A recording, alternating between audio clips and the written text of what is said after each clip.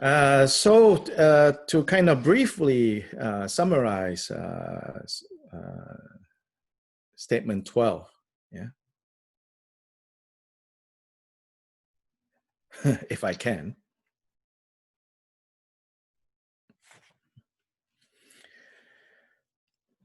The background to statement 12 is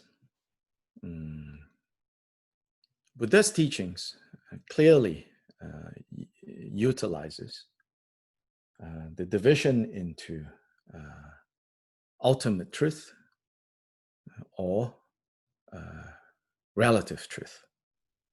Ultimate truth and relative truth.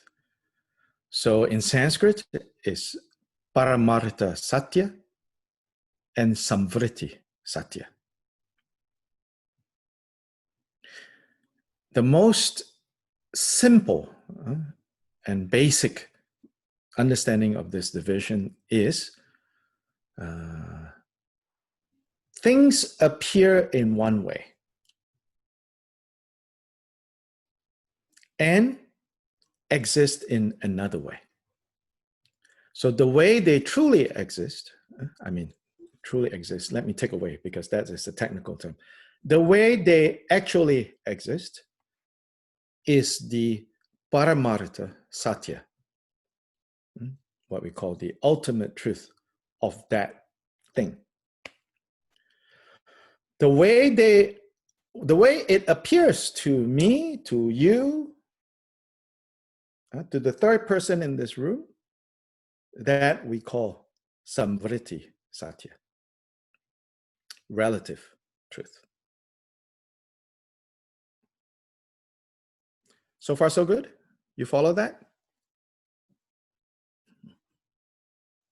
Yes? Yes. Yes.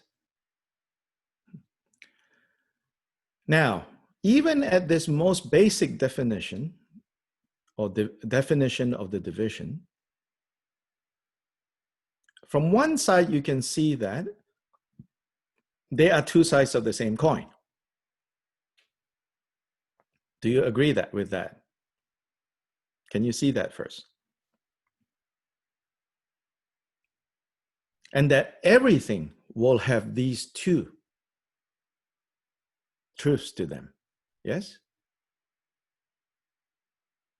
Okay, good.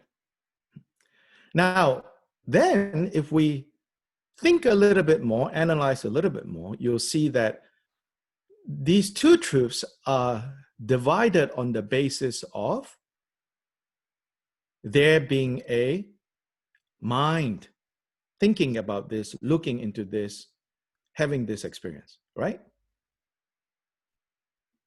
Yeah, it's based on a perceiver having the ability to perceive that, oh, there is how that thing appears, and there's also how it actually is, right?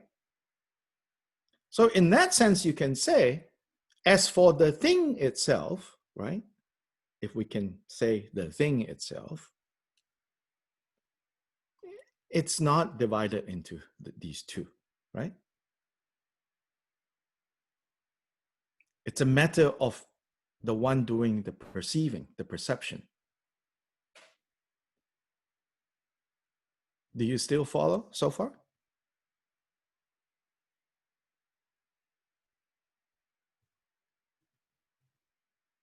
No, maybe. The thing itself doesn't come with, an inside and an outside. The thing itself is not divided into two truths. Our perception reveals two levels of understanding. Most of the time, we don't even see these two levels. In other words, these two truths were taught by the Buddha to help us see more clearly the importance of our experience, and is to point to, more importantly, the relative nature of experiences.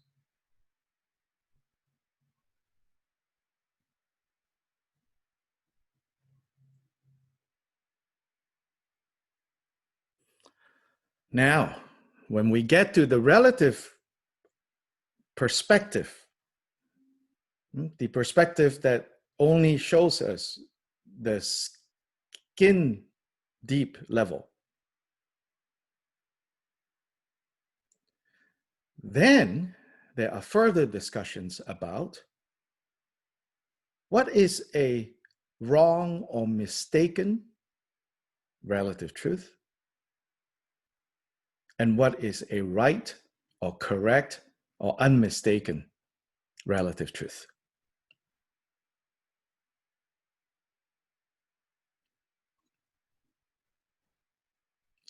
Some analogies were given by the Buddha about what is wrong or mistaken relative truth. This term is used in the sutras, then of course in the commentaries. They say a wrong relative truth, it's the one same expression, lokpe, lokpe. Lokpe, Sobish translates as wrong. Lokpe. Sometimes in other contexts, it's translated as mistaken. So it has connotations of wrong, mistaken.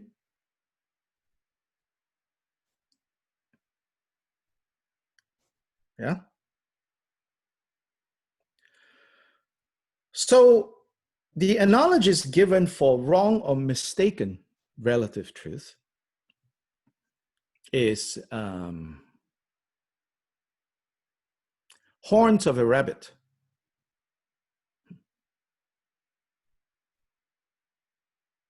The exquisite fur of a turtle. The well-behaved child of a barren woman. Yeah. The very sharp horns of rabbits. The very warm and fuzzy fur of turtles. And the well-behaved child of a barren woman. Those are given often as analogies of lokpe, kunzup in Tibetan, kunzup, of mistaken samvriti satya, mistaken or wrong relative truth. Still following? Yes?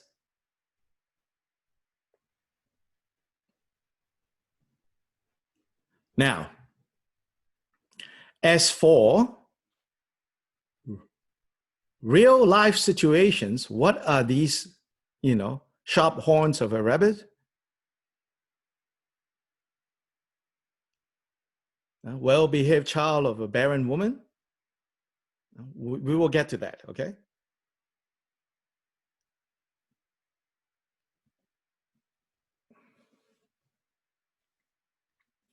Then, to go further with this discussion of, so among relative truths, so within the kind of, as Buddhism developed, and more sophisticated ways of understanding the Dharma needs to be explained, needs to be systematized, needs to be arranged, needs to be taught. So they begin to divide, they say. So there are mistaken relative truths, which doesn't exist except for in your relative imagination. Like horns of a rabbit. Right? You can conceptually put those two together, but you're not going to find it, even relatively, hopping around.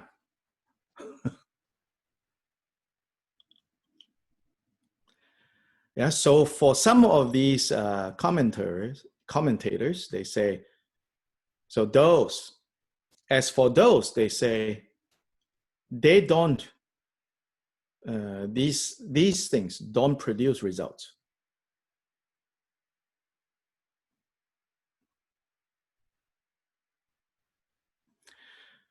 There's more complicated arguments as to why they need to say they don't produce results. We don't need to go into that, because this is all setting up for what is really going on here with Gilbert Rinpoche saying, Lokpe Kunzup, translated as wrong relative truth 2, is able to perform function. If I were to paraphrase this Vajra statement, it would be, wrong relative truth 2 will have results. I think able to perform a function is very technical, that then we might get carried away and think about other things. But here, basically, even wrong, mistaken relative truth will produce consequences in the quote unquote real world that we walk around in. Basically, that is like the point that he's making there.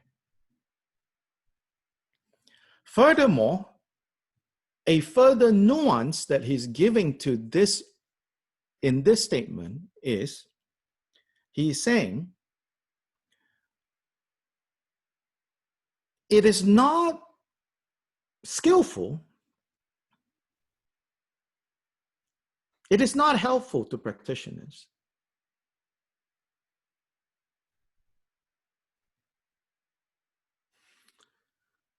to emphasize the relative nature of the things that we experience, the things that we encounter, in contrast to the absolute nature of these things. He says, he's not saying that this don't exist. Of course, he cannot say this doesn't exist. He says, yes, this exists. But he says, but in the realm of relative truths, which is the realm that we currently are in, the most crucial thing to know there is what is truly wrong about wrong relative truth. It's not even so much rabbit with horns, barren women with, children, well-behaved children, but negative karma.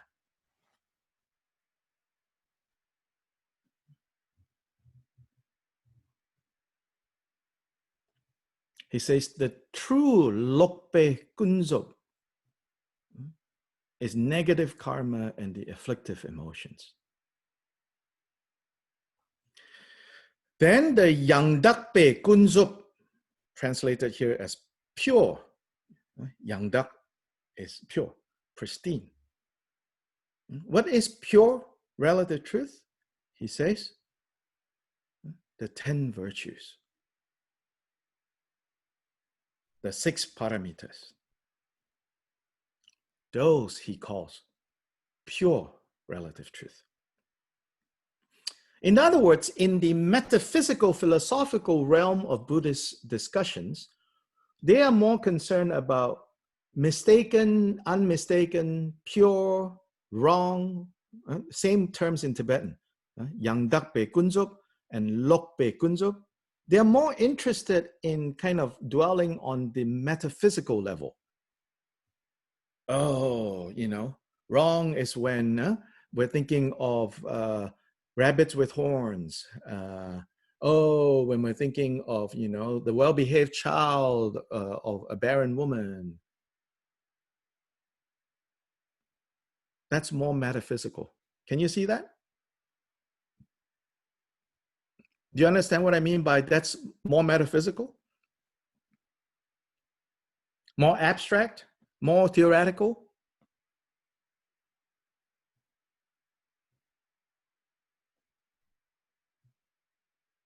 Yes? No? Okay. Here, Kyoba Rinpoche said, I am more concerned about right and wrong, mistaken and unmistaken, with regards to karma. So he says, the truly important division into wrong and pure in the realm of relative truth is skillful and unskillful actions,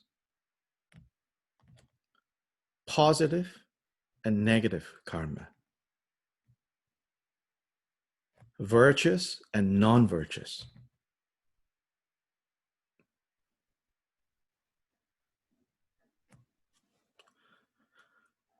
That's actually the gist of statement 12 in chapter 1. It's about that.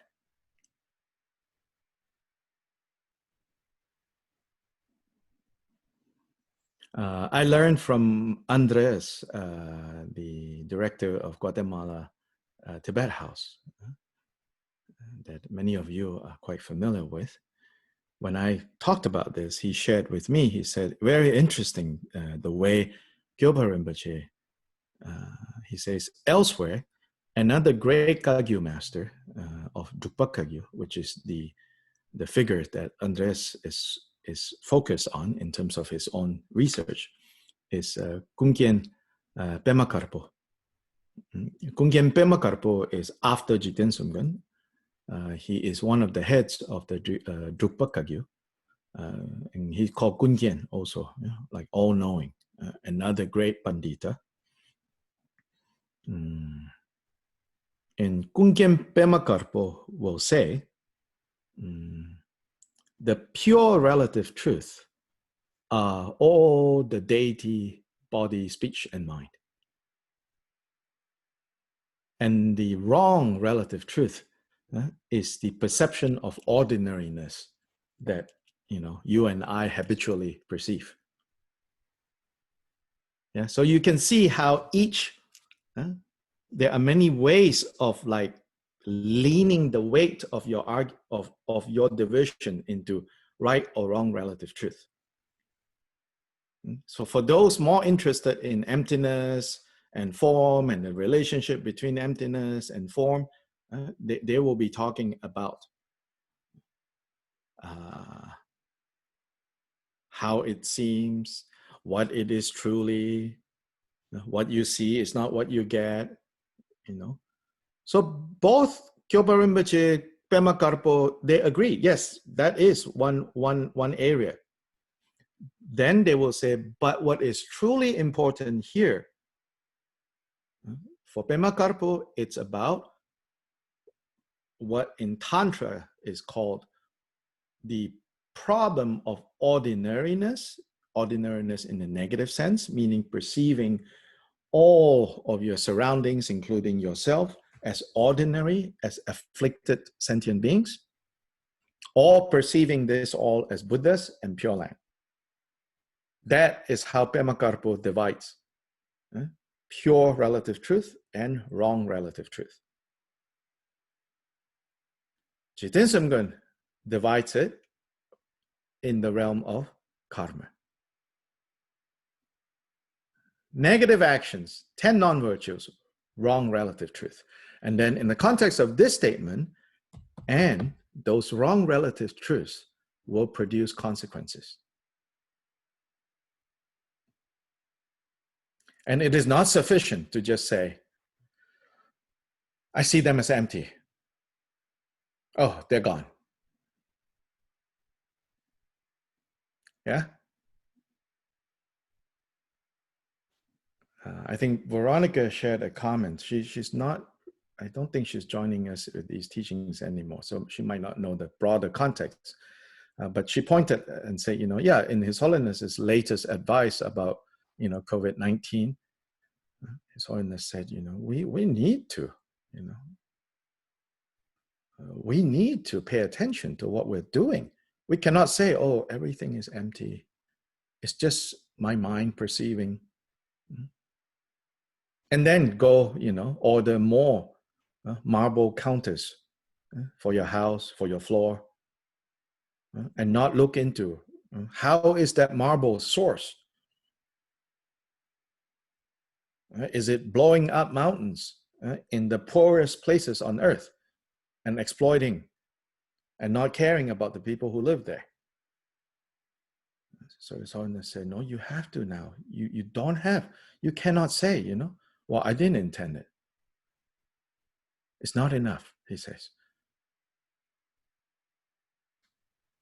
Gilbert Rinpoche will say, the attitude of I didn't intend it, so you can't blame me for it. He says, these of the three poisons, attachment, aversion, and ignorance, ignorance is the worst. Not knowing is the worst. Because that afflictive emotion will keep you in samsara forever. At least attachment and aversion, because the results, the consequences come a lot sooner and a lot more obvious. Then, we're more likely to say, oh, I don't want those too. But ignorance, by definition, is the silent killer, always in the background, because you don't even know what you don't know. And that's why, also spiritual guides are important, because you don't know what you don't know. And if we relate to someone as spiritual guide, I'm not saying that you do not question them, but I'm also saying that you are wasting your time and the guide's time. If the guide said, I think you should ... right? With regards to practice, with regards to how you train your mind, then you take that and you go look at it. You don't go, but actually you misunderstood me. The other day I meant blah, blah, blah, blah, blah. Now you're just arguing back. Firstly. Secondly, now you're wasting your time and energy, and you're wasting the guide's time and energy. Because whatever is given, you take and reflect. True or not true? If it's not true, then no problem. If it is true, then have to change. But if you're more interested in explaining back, then you're not relating to this person as guru. You're perhaps relating to this person as, I want you to think well of me. Right? And therefore, I need to explain to you, oh, I think you misunderstood. Then, you're not really relating to this person as a guru. With my own teachers, really, whatever they've said to me, I never say yes, I never say no. I say thank you. Okay, I don't mean, oh, you say that I am selfish. Oh, thank you, I must be selfish. I'm not saying that. I'm saying, okay, I've been given a mirror by the guru, so now I go look, true or not true. If it is true, well, there's a problem. Then I need to get rid of the problem. If it is not true, it's like, oh, okay, guru is just reminding me. I don't worry about what, Khenchen Rinpoche thinks of me.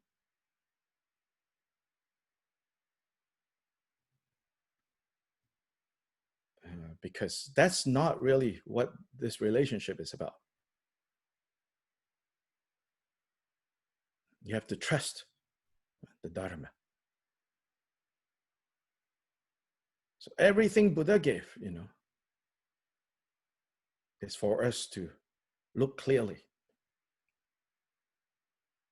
Look clearly with our own mind and how we act. Actions have consequences. That's the bottom line of karma.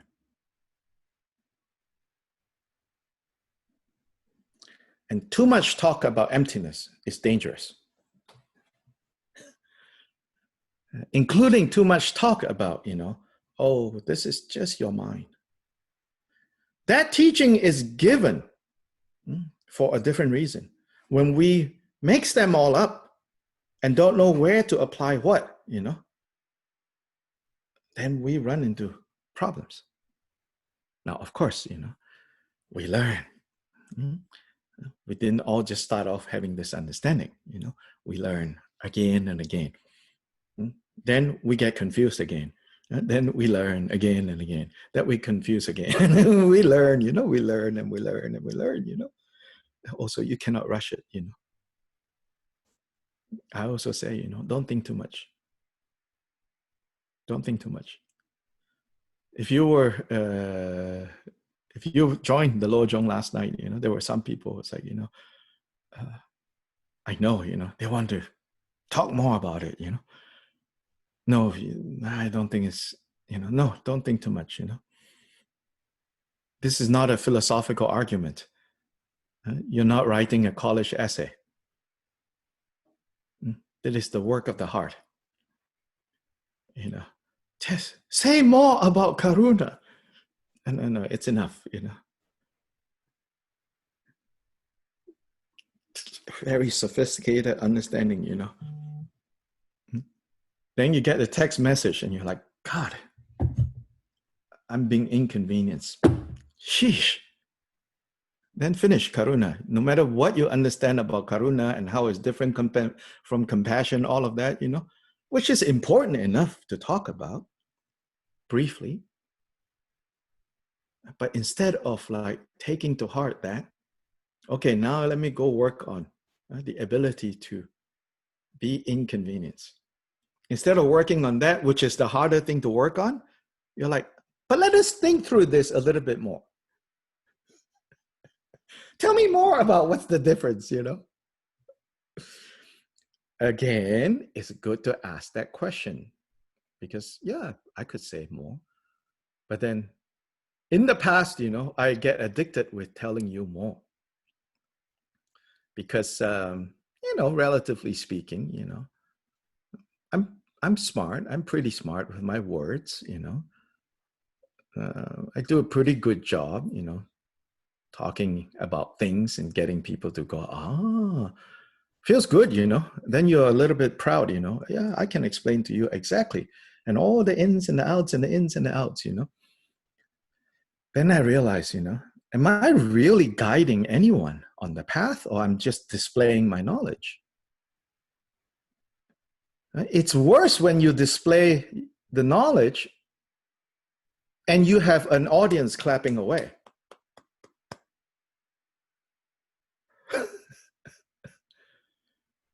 Then you go away, I go away, both of us thinking, oh, wow, that was good. But has the mind really changed? Eh.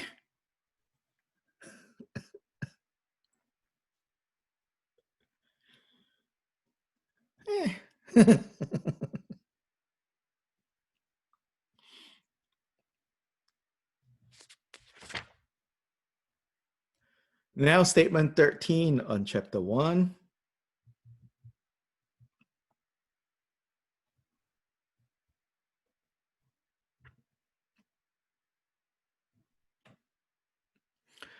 All paths advance through the 10 stages.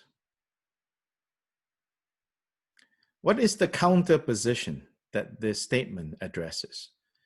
People claim that the sutra path vehicle of characteristics, sutra path vehicle of characteristics is one long term, sometimes called simply the sutra path, sometimes called vehicle of characteristics, and perfections, long term.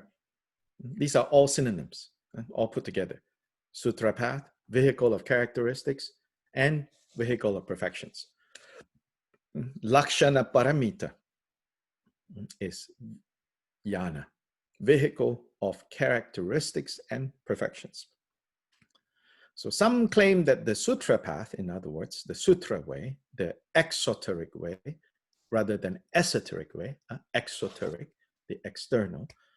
Some people claim that the sutra path advances through the 10 stages of bodhisattvas, the 10 bhumis, but those who enter awakening at once do not. Meaning that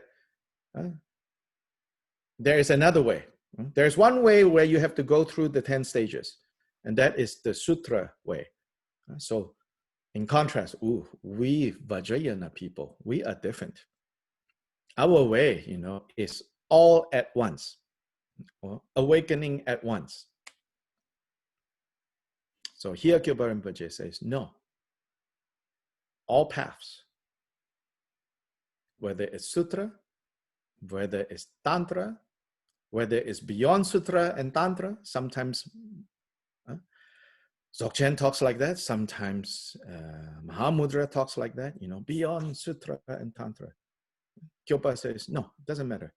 Whether you want to talk about sutra exclusively, whether you want to talk about mantra or tantra combined with sutra, whether you want to talk about post-tantra, post-sutra, Mahamudra,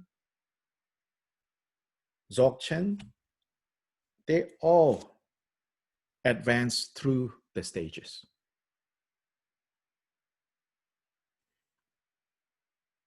So what I mean by, you need to use what you're learning to help you navigate all the things that you are learning elsewhere. In other contexts, you hear people talk about, this path, is directly, immediately, Sometimes it feels really good. Just directly see the nature of everything. Done. Yeah, when you're exhausted, that feels good, And maybe you need to hear a Dharma teaching like that, to take some break from. I said, yes, just natural. I feel natural now. It's okay if it is for temporary exhaustion from Dharma practice to take a break like this. But don't think, that somehow there is a special way, where the stages are irrelevant. Even when, in some Vajra songs, in some poetic words, in some sutra, you will come across statements like this. You need to always understand this is part of a bigger picture.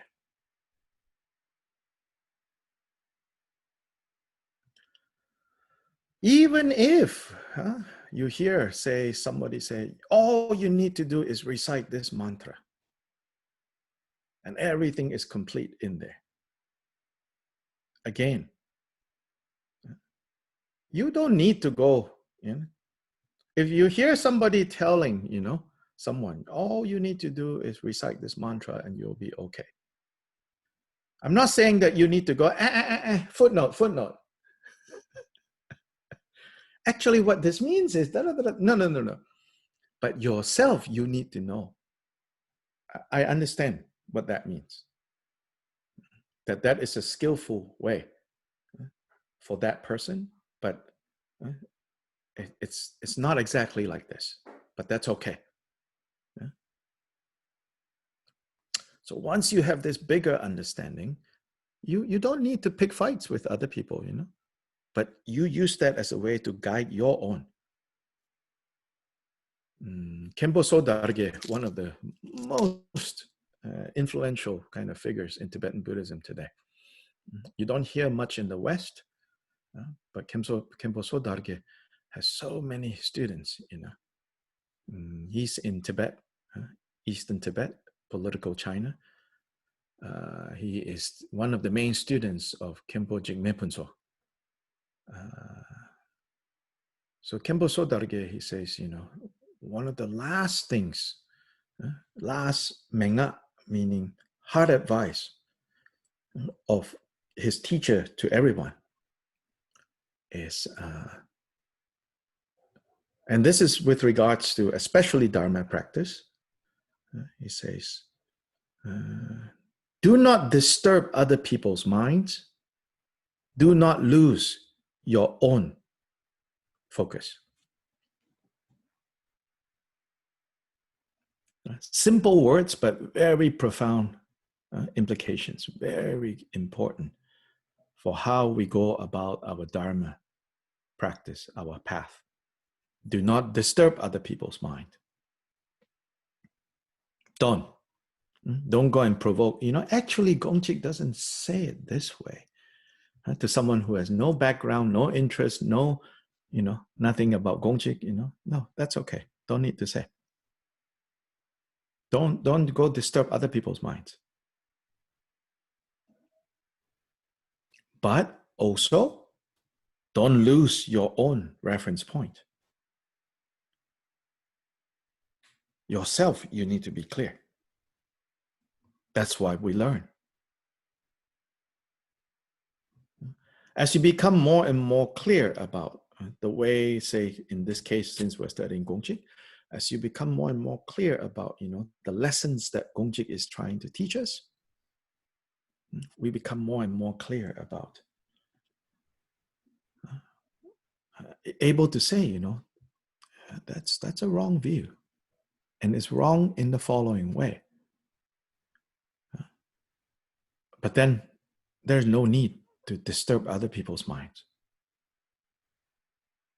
It's different when other people come to you and say, I've been having some questions about this idea or this practice. At that point, you have to skillfully guide this person.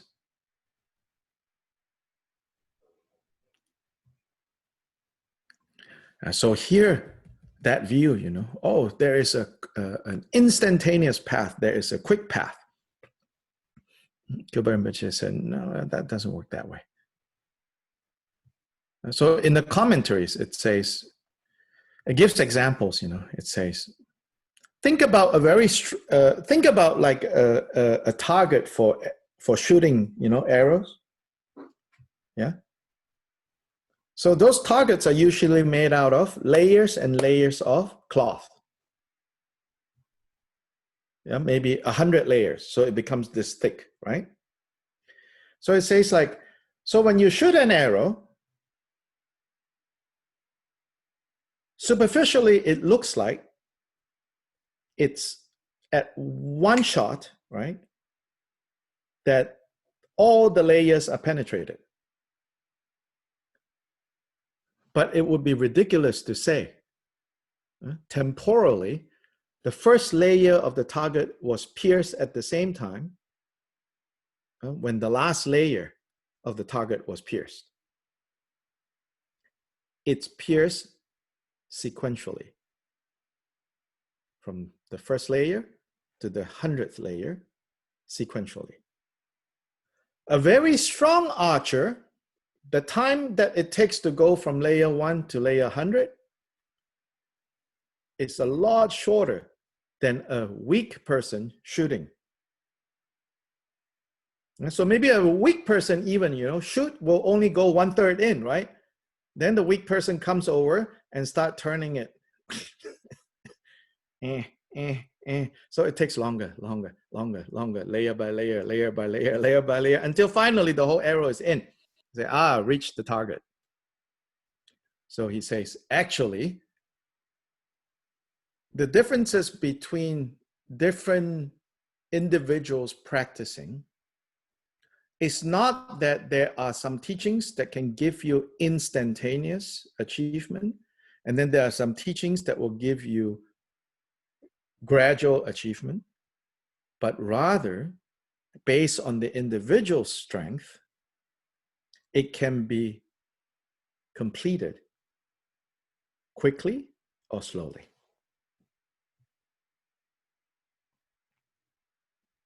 And so another example given here is going from here to the next village. There are those who walk there. Then there are birds that fly there. But whether you walk there or you fly there, the distance is the same.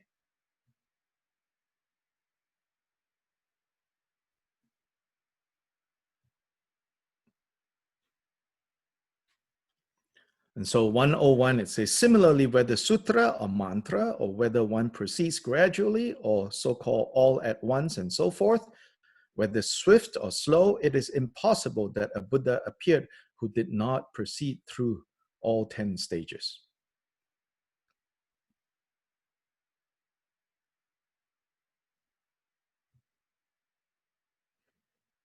Then he goes on to say, if you say, only in the sutra vehicle do you have to go step by step, whereas in mantra you don't have to, Chodra in his commentary says, but even in mantra, it's stages, stage by stage by stage by stage. The 4 empowerments, what are the 4 empowerments about? It's stages that you have to go through. Then he further says, now both the followers of Great Seal, Mahamudra, Great Perfection, Dzogchen, accept that Buddhahood is finally achieved through an instantaneous realization. He says, yes, in the final moment of achieving Buddhahood, that is instantaneous. That is an instant. Right? From the 10th Bodhisattva Bhumi to the 11th Bhumi, the state of Buddha, that leap is instantaneous, is in one instance. But leading up to it is all in stages. So Chodra says, like you might say, oh, what about this Mahasiddha? What about that Mahasiddha? They have purified through many lifetimes before that.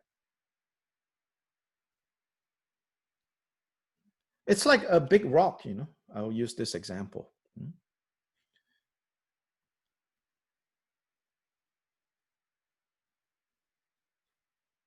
You're trying to crush a rock. It is not the case that there is a special, so this rock, you try to crush. If its integrity have been compromised previously, and you come along, one hit, it falls apart. Then the rock right next to it, its integrity has not been compromised. You use the same hammer, same size rock, same hammer, same amount of your force, it's not going to shatter it. Why? The causes and conditions, meaning the integrity that has not been compromised, meaning like maybe, for the last 20 days, your neighbor has been like pounding on the rock. Then you come on the 21st day and you hit, kapla. Then the next rock that looks exactly the same weight even, and you hit, wait, how come it doesn't break? Well, because. Yeah, so if it looks like, someone met Buddha Shakyamuni and on the spot became enlightened, we have a tendency to not see all the causes and conditions, and we say, wow, I need to go meet Buddha Shakyamuni now. Then you sit in front of Buddha Shakyamuni and even like stalk Buddha Shakyamuni for 45 years, taking notes for every single thing, and you're like, but I'm not enlightened yet. Well, because not enough purification has happened. Not because Buddha Shakyamuni is, likes the other guy more than he likes you. It's not because of that. Statement 14, one engages in all paths gradually. So it's an elaboration of 13. Gradually means in stages. Necessarily, it is gradual. Within the context of gradual, you can talk about stronger or weaker. And so in Mahamudra, with the blessings of the Guru and emphasizing devotion, in other words, a different technology is possible, but that technology would only work if the humans wielding the technology work on the ability to use the technology. So superficially, you might say Mahamudra has a special technology. that emphasizes the development of devotion on the part of the disciple, a meeting with a guru with characteristics, then the heat can be felt more forcefully. So the analogies that have been used said, it's like the sun shining into a valley. If the valley is wide open, then the heat is more kind of diffused. But if there are two mountains kind of like with a very small opening and the heat is all kind of focused, in other words, like almost like you can say like a magnifying glass. It is not the case, it says here, that there is a shortcut way of doing it in terms of some magic is going on. It's just the conditions are different. So yes, there is a difference between how you practice and how soon the results can come. But all of that is not because Buddha or the masters are partial, giving some this and giving some the other. You don't like so much, so I'll give you the slow way. You, I really like, so I'll give you the fast way. It's not like that. So in the example, one of the examples there, it says, some will think, like 108, it says, this is the notes for statement 14. And Sobish quotes, I think, Dorshema. It says, some people also advocate an illustration of instantaneous realization in which the sun rises above the narrow valley, but rises suddenly, without ascending the far side of the eastern mountain. And so there's one example, somewhere in the sutras or wherever it says, it is like, the sun suddenly appear. But then Dorshema says, such an assumption is not acceptable because it presupposes that the sun disk appears in the center of the sky from out of nowhere. It's like, no, the sun disk doesn't just suddenly appear there. It's been taking, I mean, now we talk about the rotational, yeah, it still is rotating, But because of your limited exposure in the valley where there's a very narrow, right, mountains, it feels as if the sun is suddenly above you. But the sun still took, however long it needs to take for it to be above.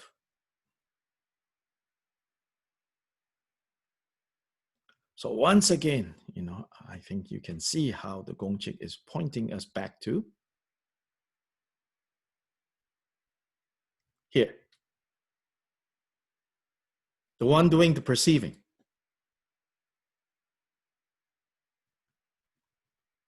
That's primary, and the need to train there.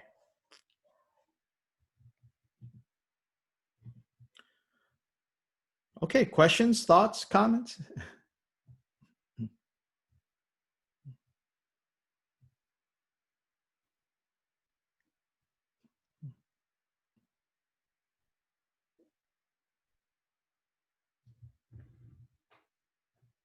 No?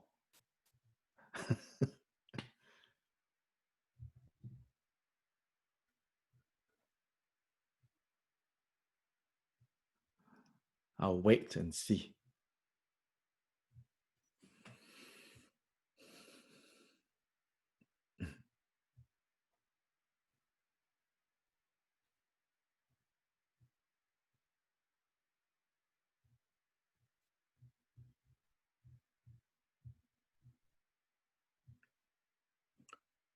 No? Really?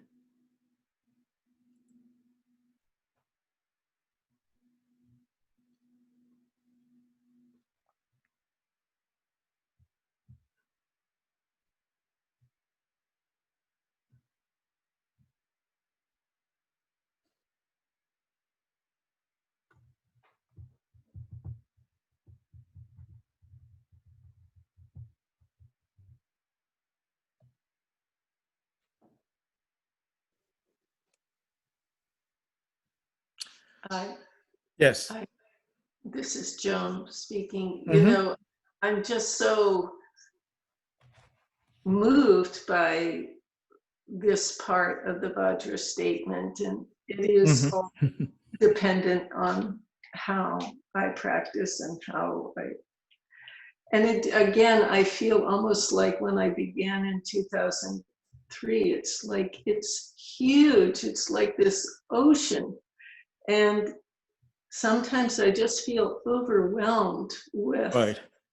there's so much and so much that's precious, and I feel like I have a tiny little mind. It's just like, oh, you know, and I mean the devotion is there and the energy and Mm-hmm. following it, but it's like I feel like after 15 years there's something wrong with me because, you know, I mean, I do feel like the purification is happening, or Yes. gradually, and afflictions are leaving. I probably should be saying this on this. Oh, why not? You know, Okay, so you know, and afflictions are we should getting not be so modest either. You know. okay, and you know, more subtle. I get to see more subtle aspects of afflictive emotions, but I don't know. I just sometimes just feel overwhelmed, and it's like I hope that I trust that this is all unfolding. I do, but Yes. now I'm feeling very overwhelmed. That's all. It's a lot. The path, uncovers many, many, many things, many, many aspects. And we just keep going.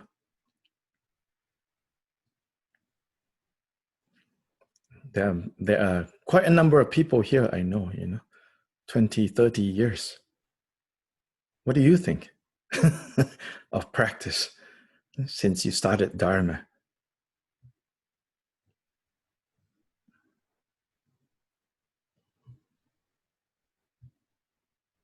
Any progress?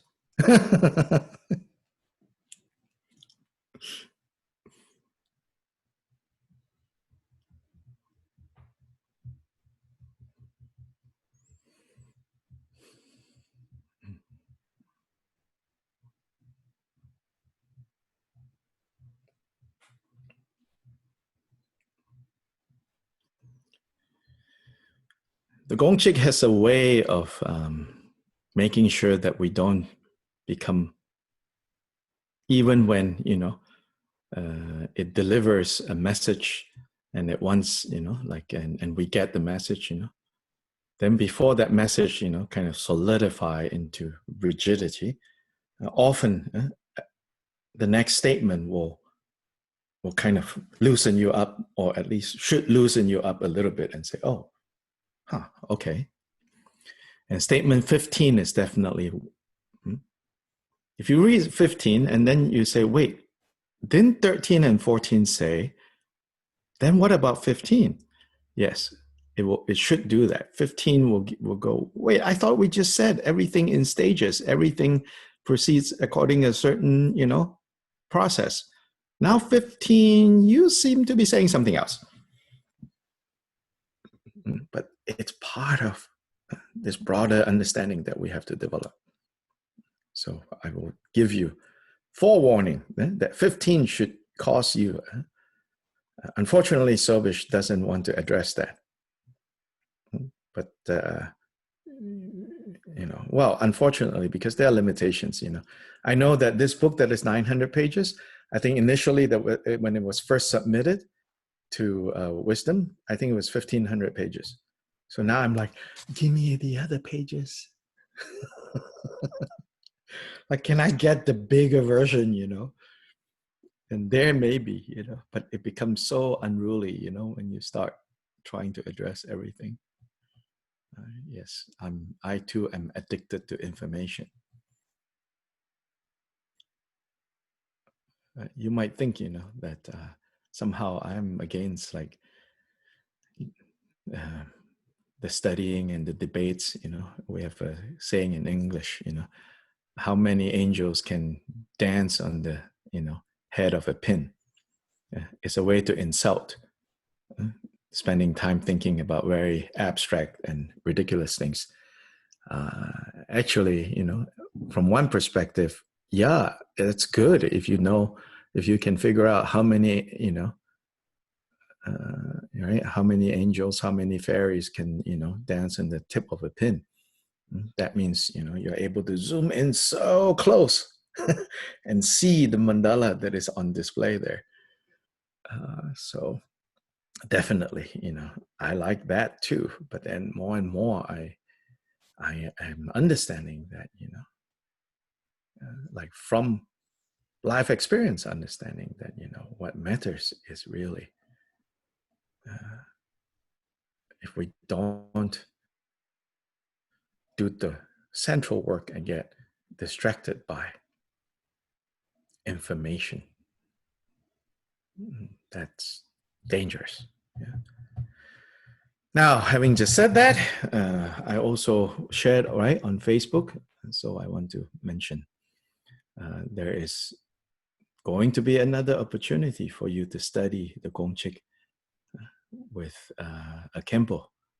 Will be the translation should be very good. He's going to teach in Tibetan, and this is going to happen intensively every Tuesday, Thursday, I think, quite a few hours each day.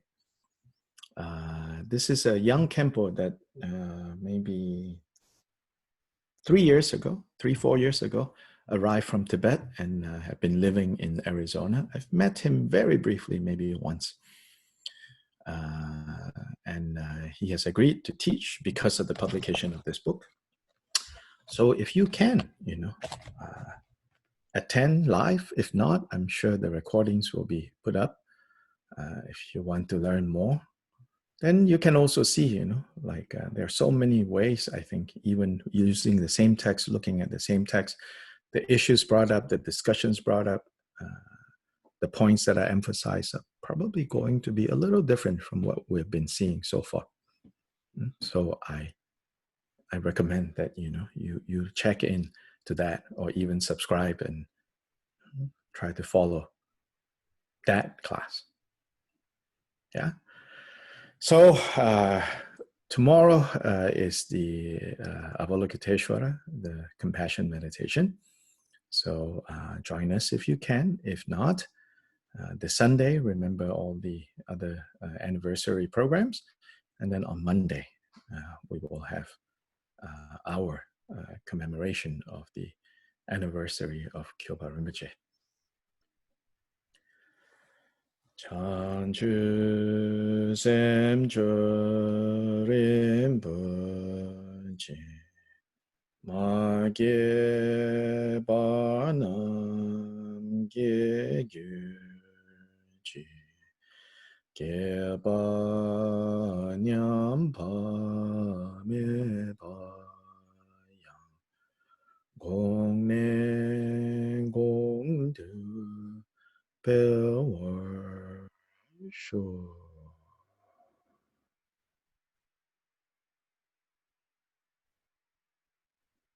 Hata.